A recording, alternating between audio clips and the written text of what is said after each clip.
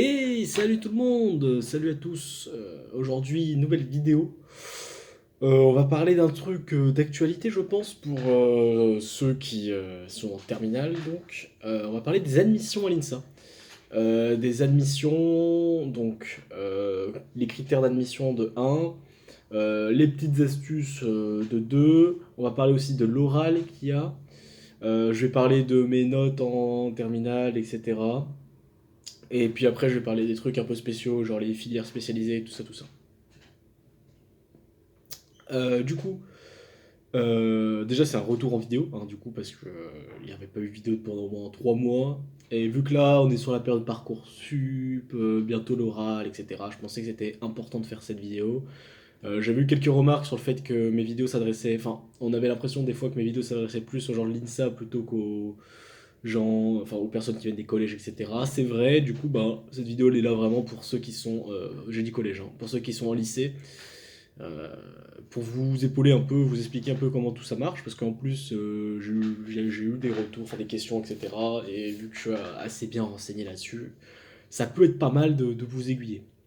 Donc pour l'admission, les critères. Donc les critères qui sont regardés par l'algorithme en fait de l'INSA, c'est vos notes de bac de français. Donc première, vos notes de français.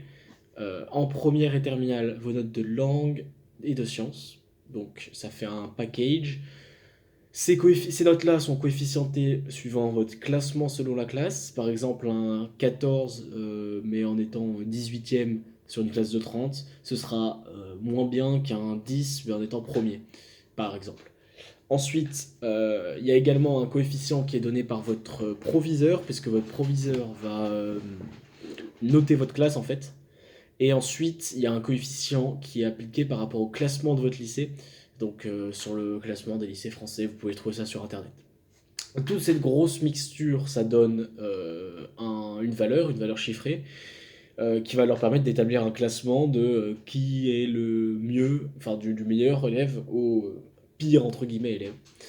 Ensuite, normalement, là, il y a une phase de. En mars, je crois que c'était, il y a une phase d'envoi de mail pour les convocations aux oraux.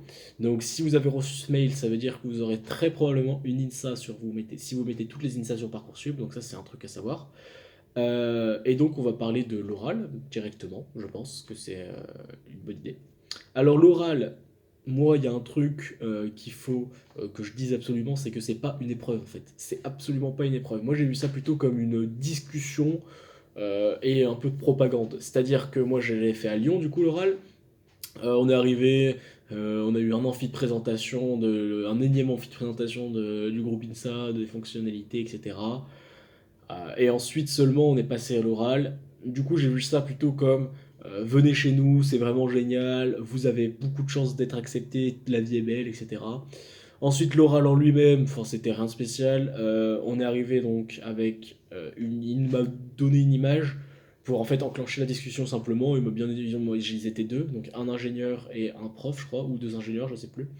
Ils m'ont bien expliqué que ça va rien d'une épreuve, que c'était vraiment. Enfin, fallait parler de manière libérée, etc.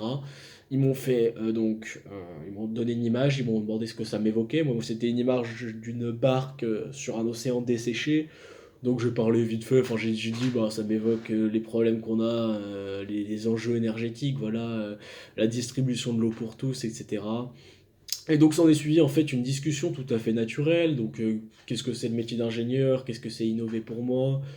Des questions un peu bateau du style si vous avez une baguette magique, qu'est-ce que vous ferez avec? Des trucs comme ça.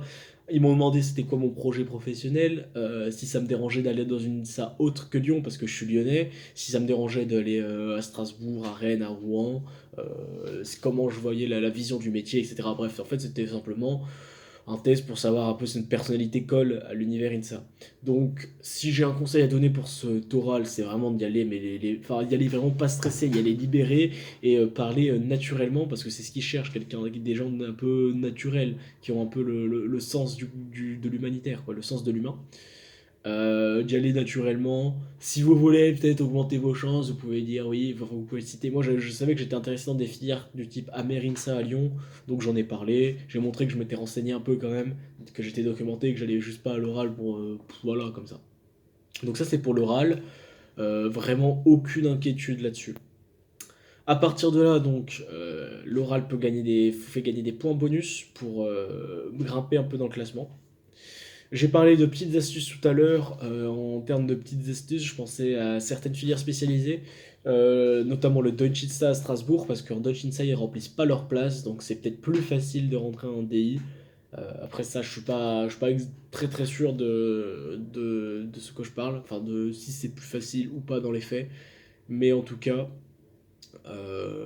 c'est une chose à tenter, quoi, parce que de toute façon, vous pouvez vous désinscrire à la rentrée. Ensuite, le dernier point que je voulais aborder, c'est les files d'attente sur Parcoursup.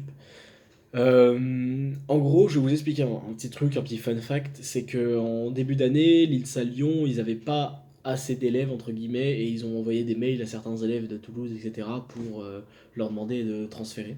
Et donc du coup, j'en viens au fait de si vous voulez vraiment une des INSA ou un de vos vœux de manière générale, attendez jusqu'au bout du bout, quoi. Vous dites pas au bout d'un moment, c'est mort, je lâche la file d'attente. Parce que justement, tous les autres vont lâcher la file d'attente parce qu'ils se voient 3 millième, 4 000, ils sont en mode, bah, c'est pas possible, quoi.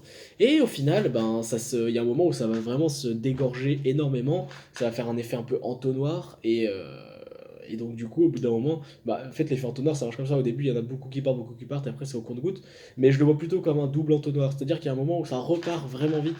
Ce moment-là où les gens ont le déclic mental, eux, de leur côté, à se dire, ouais, c'est bon, j'abandonne. Il y a un petit temps, il y a vraiment un laps de temps de, allez, peut-être un mois et demi où les gens vont vraiment s'accrocher et au bout d'un certain temps, c'est un peu le plus tenace. Et c'est pas que à l'INSA, chez Kabou, il y a des prépas qui ont eu ce problème de remplissage-là à cause de Parcoursup. Donc vraiment, si vous voulez un vœu, ne l'abandonnez pas. Après, évidemment, moi, par exemple, je suis pas resté 20 000 ans à attendre mes vœux parce que j'avais l'INSA Strasbourg. Ça m'allait très bien, j'aurais pu attendre l'INSA Lyon, machin, mais il y a un moment où j'étais en mode, moi, je veux faire les démarches, je veux être inscrit quelque part, j'ai envie de, ça va me faire bouger. C'est une décision qui est particulièrement bonne. Du coup, voilà. Donc, ça clôture cela, cette vidéo sur l'aspect admission de l'INSA. J'espère que ça vous aura aidé, appris deux trois trucs, peut-être pas du tout. Si vous avez des questions, comme d'habitude, n'hésitez pas à me les poser en commentaire, je répondrai, il n'y a pas de problème. Et puis voilà, merci d'avoir regardé. À plus.